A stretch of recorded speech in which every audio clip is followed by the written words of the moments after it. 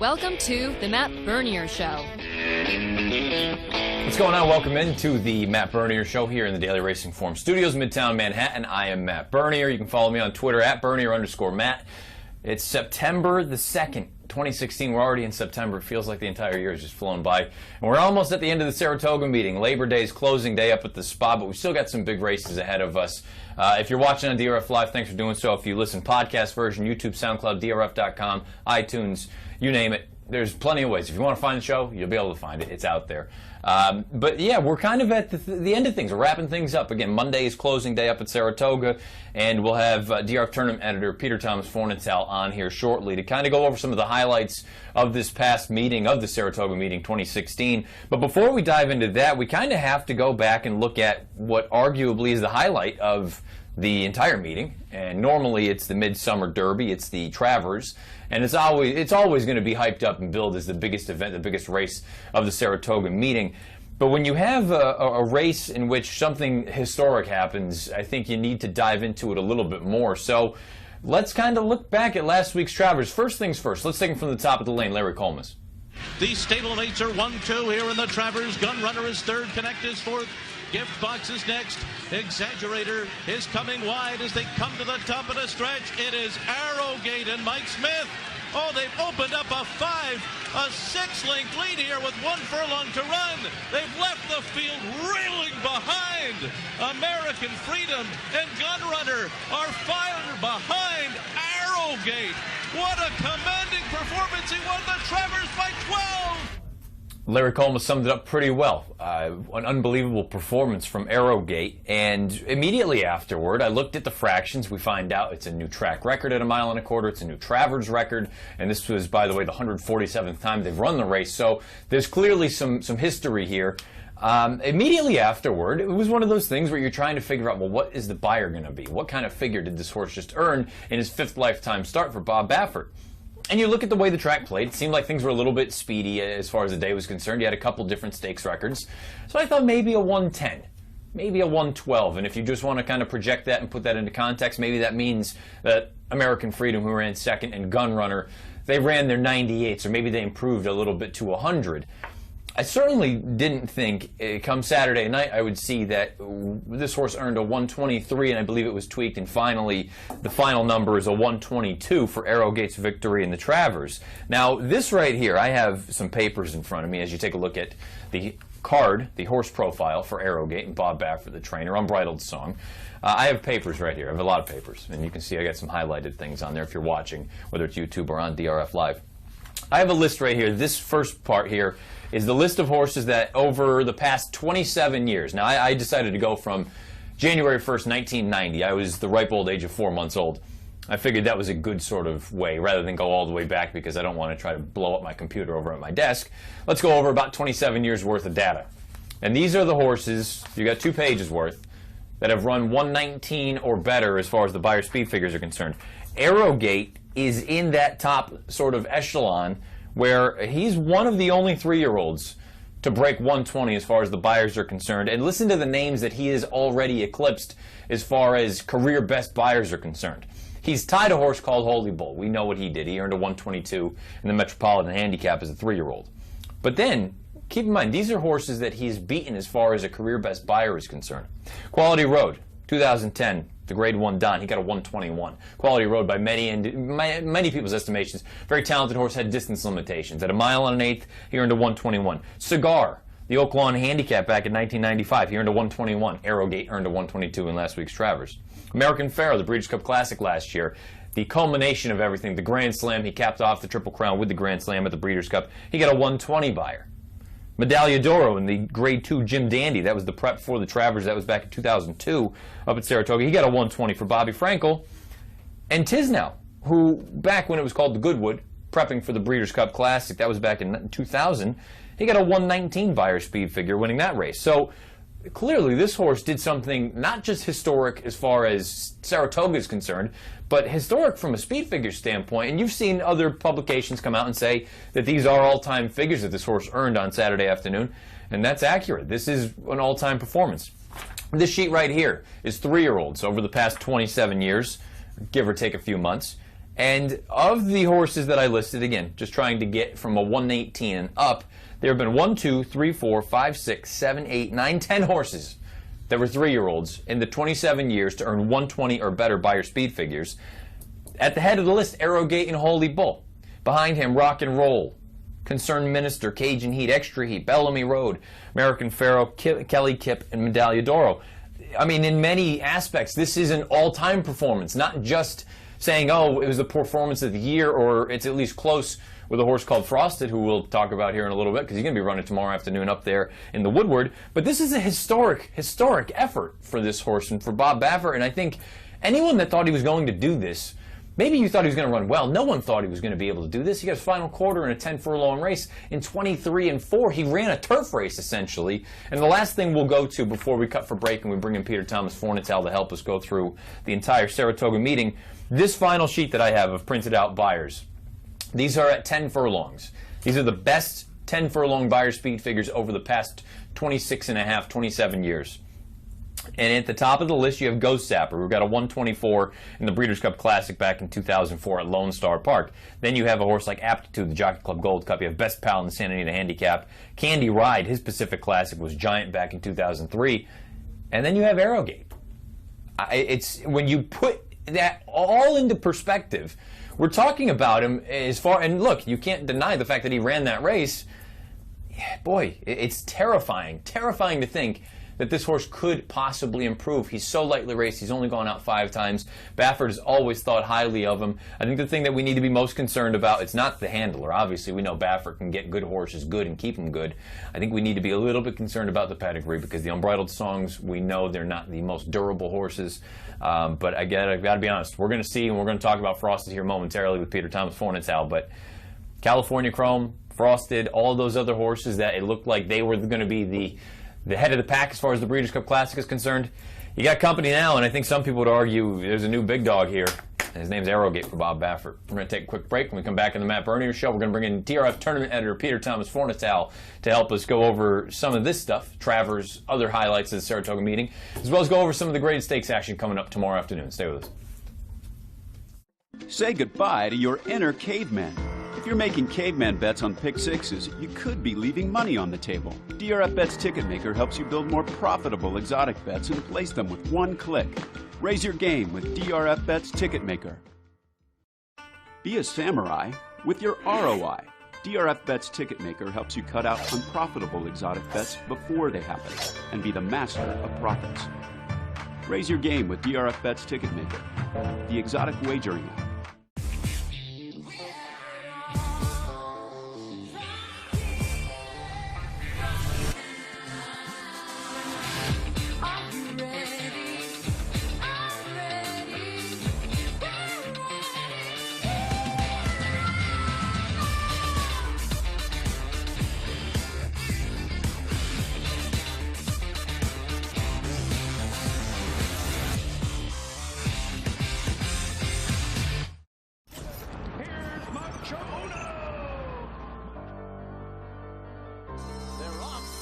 Breeders' Cup Classic.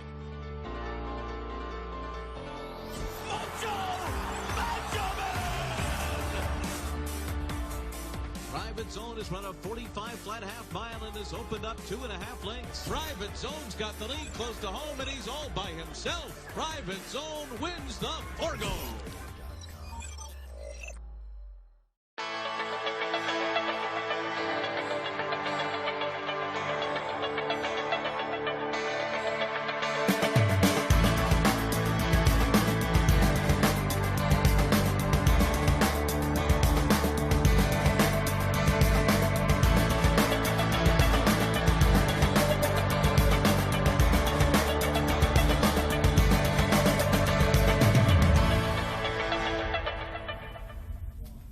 1209 East Coast, 909 West, the Matt Bernier Show here on DRF Live. If you're watching or listening podcast, YouTube, SoundCloud, DRF.com, iTunes, we've got all sorts of ways for you to find it. Let's bring in someone that most of you are familiar with, if not all of you, the DRF Tournament Editor, Peter Thomas Fornatale. He is up at Saratoga. He's been there the entire meeting. I got to catch up with you a little bit last week, Pete, but I'll see you again tomorrow. How's everything going? That's the only thing. I mean, technically we have 10% of the meat left, but it doesn't feel that way, anticipating the sadness that always comes with the end of the Saratoga meeting. But the good news is we do have these 4 cards left, including some really fun racing tomorrow. So I'm trying to keep that chin up and not embarrass myself by walking around town blubbering just yet. Yeah, and I even kind of brought that up at the top of the show, that it seems like, like you say, we do have some huge races still, but we're at the very end. We're at the bitter end. Monday's closing day, but before we get to that point, let's go back through and look. And again, we don't want to close the book completely already. We still have some more good racing, but let's look back at 2 of the biggest races and maybe some of your other favorite highlights thus far as the Saratoga meet is concerned. And we only have to go back less than a week at this point. We've got to start with the Travers, and we've got to start with Arrowgate. I just rattled off some numbers, Pete, and I know you were probably getting set up, so I'm going to rattle them off to you. And you and I talked about this a little bit immediately afterward. As far as 10 furlong races are concerned, Arrowgate, over the past 27 years, has the 5th fastest 10 furlong race of all of them as far as buyers are concerned, only behind Ghost Zapper, Aptitude, Best Pal, Candy Ride. As far as 3-year-olds are concerned, he's on par with Holy Bull. He and Holy Bull are the only 2 with 122 buyers. You only have a handful of horses that have eclipsed 120 as 3-year-olds. And 119 plus buyers over the past 27 years. He is in that sort of top, let's call it 2% as far as the 119 plus barrier. Do you have anything, try and help me or us wrap our minds around how big that performance was. Well, for me, it's always so great when the numbers, I'm a numbers guy, but I'm also a guy who loves to watch races. And it's always so great when the numbers match the visual impression you have in the immediate aftermath of a race. And it was really one of those wow performances that's not only going to, I think, stand out as the high point of this meeting for me, but also one that I think we're going to be looking back 20 years from now and saying, hey, do you remember where you were when Arrogate won the Travers with that crazy, freakish performance? Almost just regardless of what happens with the horse from here, when you break that race down from a time perspective, looking at the various sectionals, it was breathtaking. And it's great that, there's the old line that it's not horses that make track records, it's track superintendents. And yes, it was a fast track the other day, but when you look at the performance sectionally, it adds another level of depth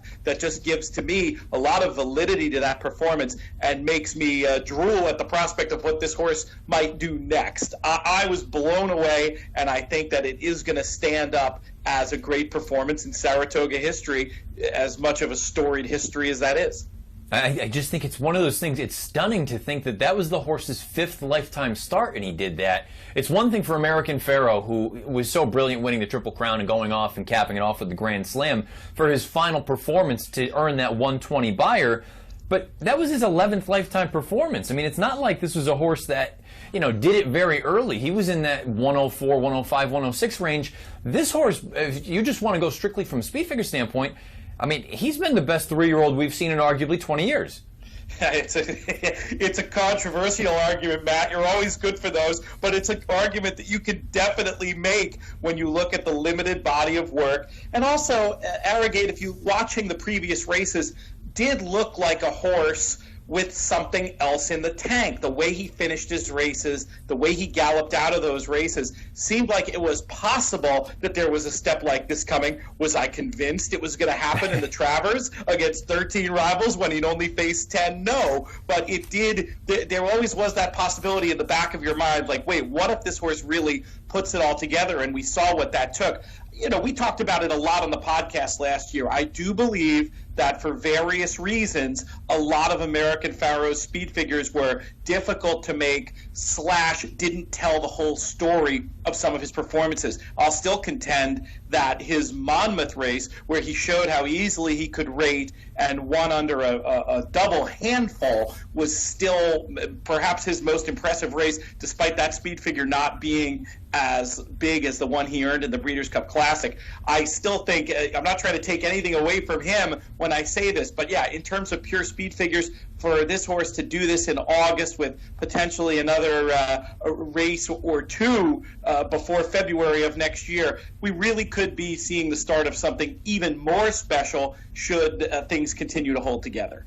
Yeah, and I'm glad you kind of brought that up, too. For me, it's not a matter of this horse being better than American Pharoah. It's still one of those things, and you, particularly as someone that visualizes and can see the way that the horses get over the track, there still is not a horse I've ever seen that moved the way that American Pharoah did with just the ease and the fluidity. This horse, don't get me wrong, he looked fantastic, but I need him to back it up and prove to me that this was just not some sort of a one-off giant number. Are you concerned, before we move and turn the page, that next time we see him, whether they train him up to the Breeders' Cup or we see him in a race like the Awesome Again at Santa Anita, are you one that believes and is concerned about the potential for a giant regression or a bounce?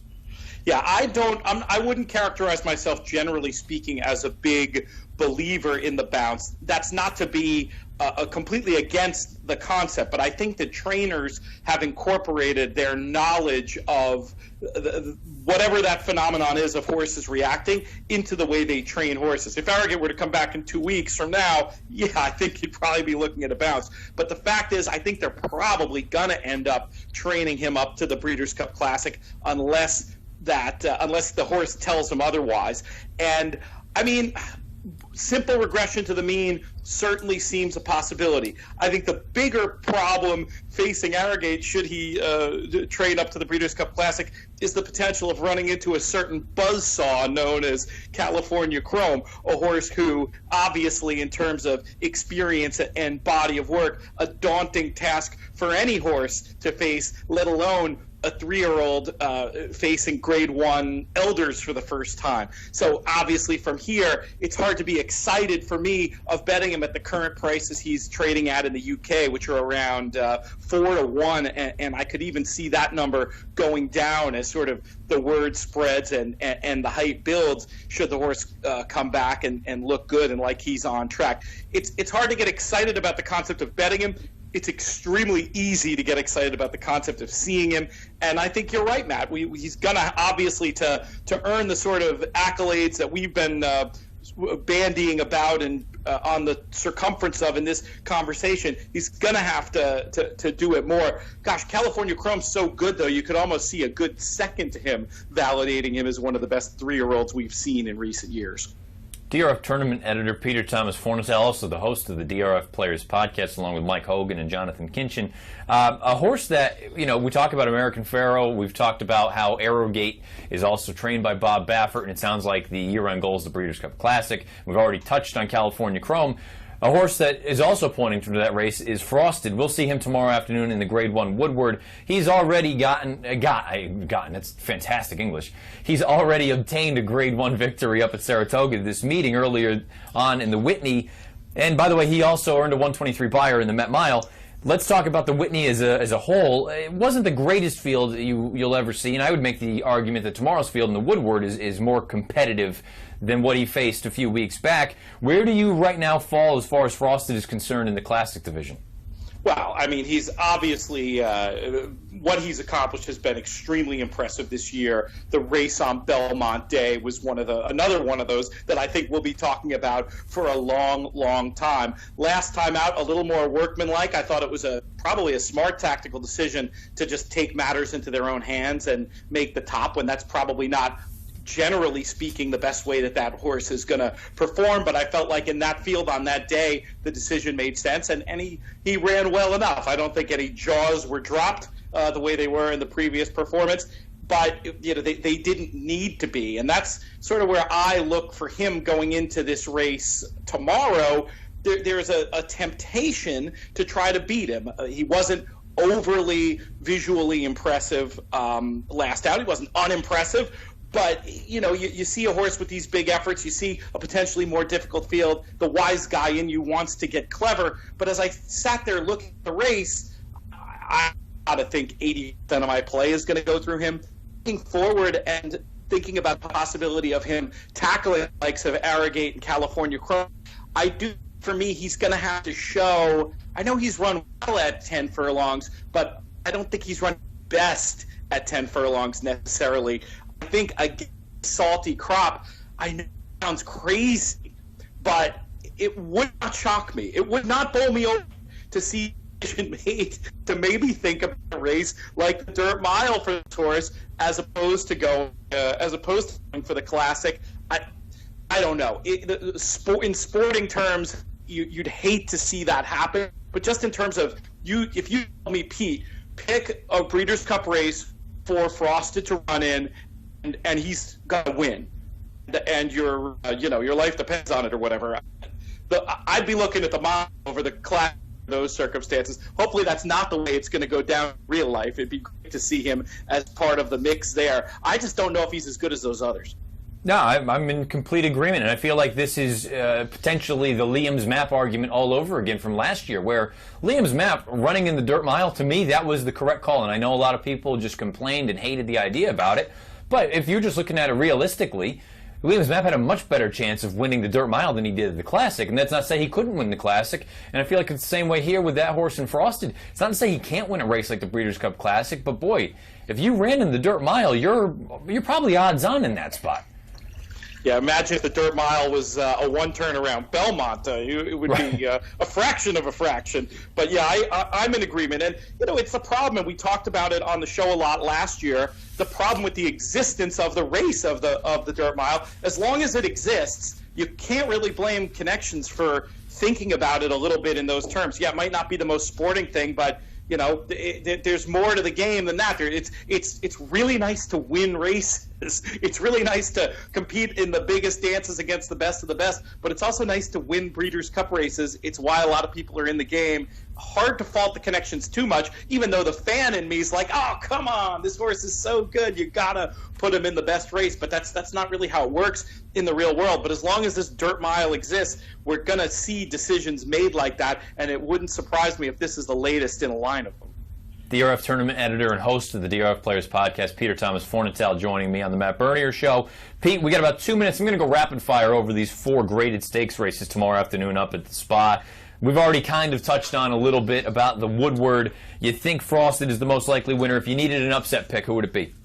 I might try, and also thinking about it in terms of underneath, I might try Shaman Ghost, who I thought maybe wasn't racing on the best part of the track last time, and probably isn't good enough to win, but underneath and for a little bit in your pick 4 and the new pick 5 might be a horse I'd throw in. Race number 9, the Grade 1 Spinaway. It's for the 2-year-old girls. It's a Grade 1, 7 furlongs on the main track. Pletcher looks pretty stout in here. He's got 2. He's got the 1 Sweet Loretta. She won the opening day feature. The Schuylerville. He also has the number 5 Cherry Lodge, who look just visually fantastic, breaking her maiden. Where do you go in this spot? Single Cherry Lodge and move on. Race number 11, the Glen Falls. It's a Grade 3, 1 3/8 on the inner turf. $200,000 is the purse. You got a big, bulky field in here. I think a lot of people are going to look at Guapaza. Do you look at her and say she's way the horse to beat, or do you want to try to take a shot against? She'd probably be an A in my multi-race bets, but I'm going to try to get something done here with number 5, Arl. It's not the most impressive body of European form you've ever seen, but there's a couple of things I really like about her. I like that she can race forwardly. I think with that the stout mix of German-Irish blood running through her, she can get out there, get close to it, and click off 12s. She could have a say in the outcome at the end, and maybe we get something close to that 10-1 that morning line maker Travis Stone assigned her, and all of a sudden she looked pretty good to me. Andreas Volder brings her over, and look, at the end of the day, how many times have we seen these Europeans come over, and they're just better than anything we've got over here. Last race we'll talk about real quick, race number 5, Inner Turf. It's for the 3-year-olds, Grade 3, Saranac. 1 1/8. You know what? I don't want to call it the most interesting field, but I think you have opportunities. Camelot Kitten and 9 to 5 in the morning line. He's a horse I'm going to try and beat. Pete, where do you land? I've tried to beat Camelot Kitten a lot of times with mixed success. I was really impressed last time with the way he closed off of that slow pace. He was going to be an A for me in there. I was also going to use one of the other Chad Brown runners, Call Provision, who couldn't have won any easier last time. I think just looking through the body of Call Provision's PPs, I thought there was an excuse for the Belmont Derby in terms of post position and the way that race was run and where he was. Finished very close with Camelot Kitten, 3 races back, going to be a multiple of that one's price. Those were going to be the 2 main ones for me in the Grade 3 Saranac. Great stuff as always. DRF tournament editor, host of the DRF Players Podcast, Peter Thomas Fornatale. Thanks for giving me a little bit of time today, and I will see you up at the Spa on closing weekend tomorrow afternoon. I can't wait. Let's raise the glass at the paddock bar. Yes, sir. Looking forward to it. We're going to take a quick break here, a real quick break. When we come back on the Matt Bernier Show, we got about 5 minutes till we turn this thing home. We'll go over a couple races real quick. We'll get you ready for the Formulator races of the day for Friday, as well as set you up for what's to come tomorrow on DRF Live. Stay with us. Say goodbye to your inner caveman. If you're making caveman bets on pick sixes, you could be leaving money on the table. DRF Bets Ticketmaker helps you build more profitable exotic bets and place them with one click. Raise your game with DRF Bets Ticketmaker. Be a samurai with your ROI. DRF Bets Ticketmaker helps you cut out unprofitable exotic bets before they happen and be the master of profits. Raise your game with DRF Bets Ticketmaker, the exotic wagering app.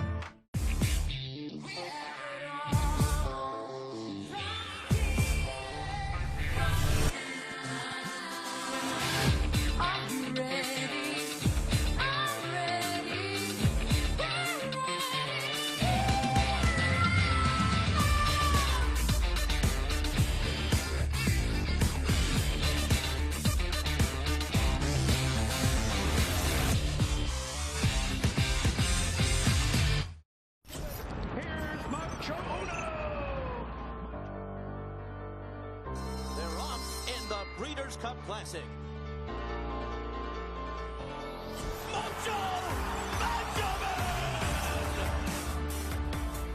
Private Zone has run a 45 flat half mile and has opened up 2.5 lengths. Private Zone's got the lead close to home and he's all by himself. Private Zone wins the Forgo. 12:26 in the East, 9:26 in the West. The Matt Bernier Show here on DRF Live. Thank you again to Peter Thomas Fornatale for giving us a little bit of time today, going over a couple of races and wrapping up the Saratoga meeting. Got about 4 minutes, so let's go through this rapid fire. We got 2 races that we're going to handicap this week.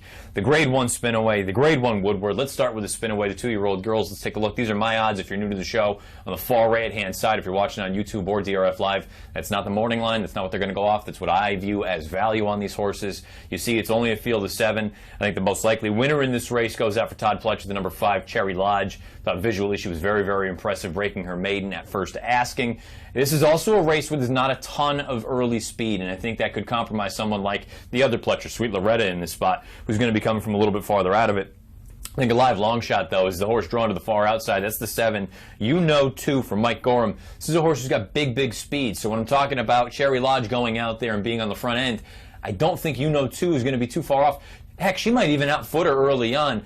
That horse most recently down in Delaware, she won the battle, but she lost the war. She put away all the other speeds and got run down late. She's going to be a huge number up here, and Gorham has done very, very well historically up at Saratoga. He only ships up with horses that are live, I think, as a big number, as a big long shot.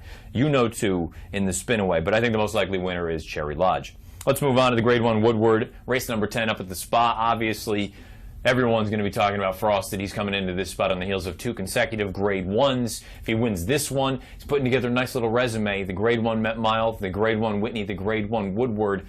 Boy, all signs leading toward a race like the Breeders' Cup Classic, and that's really where I think this division will be settled. As we can take a look, this is him in the Whitney most recently.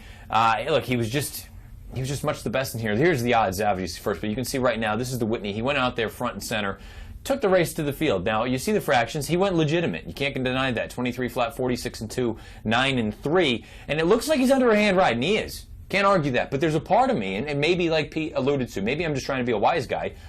This race didn't blow me away. For me, in my opinion, I talked about it last night. I was on John Englehart's show. Really, really good guy, great handicapper, great host. Has a good show, Winning Ponies. Look, maybe I'm just in the minority. I think this horse is so much better going around one turn. I don't know how much there is left in the tank for this horse. There's a part of me that thinks he's going to need to run much better than that if he's going to win this race tomorrow afternoon, because I think there's some interesting new shooters, including his stablemate Mubtahij, but I don't look at him as a likely upsetter. I shouldn't say that. He's a likely upsetter, but he's not the live long shot that I want to play. I like the 1 Shaman Ghost in here. I liked him in this race that we're going to take a look at right now. That was in the Suburban at Belmont Park on Stars and Stripes Day. And if you remember, the inside was not the place to be. In Joel Rosario, you see him. He's in the Adina Spring Silks. This horse has been in the bottom, the inside, on the rail the entire way. He doesn't get completely buried in here. It certainly was not what I expected. I wanted a little bit more than that. I picked him this day in this race. And even if he was on the best part of the track, he was never going to win. But there's a part of me that looks at it and says, I know he's better than that. Also take note of Mubtahish, who's right now, he's the number 2. He's down toward the inside with Irad Ortiz. I think Shaman Ghost is better than what we saw right there. And the big thing, there's 2 big things. Joel Rosario, as good as he is, there's no one, I think, that would argue that Javier is not the best rider in the country. Javier gets aboard Shaman Ghost for Jimmy Jerkins, and Jerkins gives him Lasix for the first time. I have a sneaky feeling we're going to see a much, much better performance from Shaman Ghost tomorrow afternoon in the Woodward. Doesn't mean he's going to win, but I'm going to pick him and I'm going to bet him. I'll be a little bit lenient. If he goes a little bit less than 10-1, I'll play him, but I think 10-1 is a fair number, knowing that everyone's going to need to beat the number 3 Frosted in the Grade 1 Woodward. Let's take a look at the slate for tomorrow afternoon on DRF Live, starting at 4 o'clock Eastern. Dan Illman and Mike Beer, they will bring you through start to finish the entire day. You've got a couple Grade 1s in there. You've got Kentucky Downs opening up, which is fantastic. Great wagering opportunities as well. And they'll wrap things up with the Del Mar Juvenile Turf. It's an interesting race number 6, and I'm sure they will throw up the preview for the race following that as well. So a lot of good stuff going on tomorrow afternoon. DRF Live starting at 4 Eastern. If you don't have a DRF Plus subscription, what are you waiting for? You can get all the latest news and nuggets for that news feed that's right below the video player if you're on DRF Live. If you're watching YouTube, SoundCloud, DRF.com, iTunes, listening to the podcast, thank you for doing so. This is the Matt Bernier Show. I am at Bernier_Matt. You can see me tomorrow afternoon, 5 o'clock Eastern. NBC Sports Network will bring you through the Spinaway and the Woodward.